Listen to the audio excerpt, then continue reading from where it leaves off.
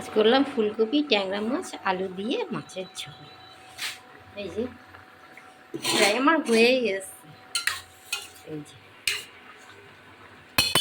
এবার দিয়ে দেবো এই ট্যাংরা মাছ ভাজাগুলো।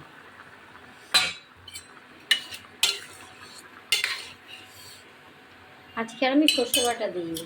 সর্ষে বাটা দিইনি বলতে এতে দিয়েছি আদা বাটা, এখানে দিয়েছি একটু আজকে গোলমরিচ।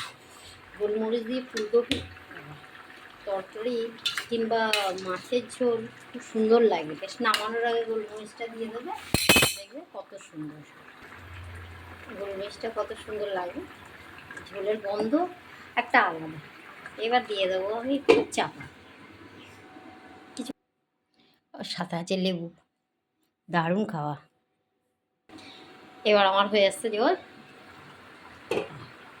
দেখো এই হচ্ছে কপি, টমেটো, আলু, ট্যাংরা মাছের ঝোল, আর সাথে আছে গরম গরম ভাত। তাহলে আজকে রাখি, আবার দেখা হবে পরের ভিডিওতে। টাটা।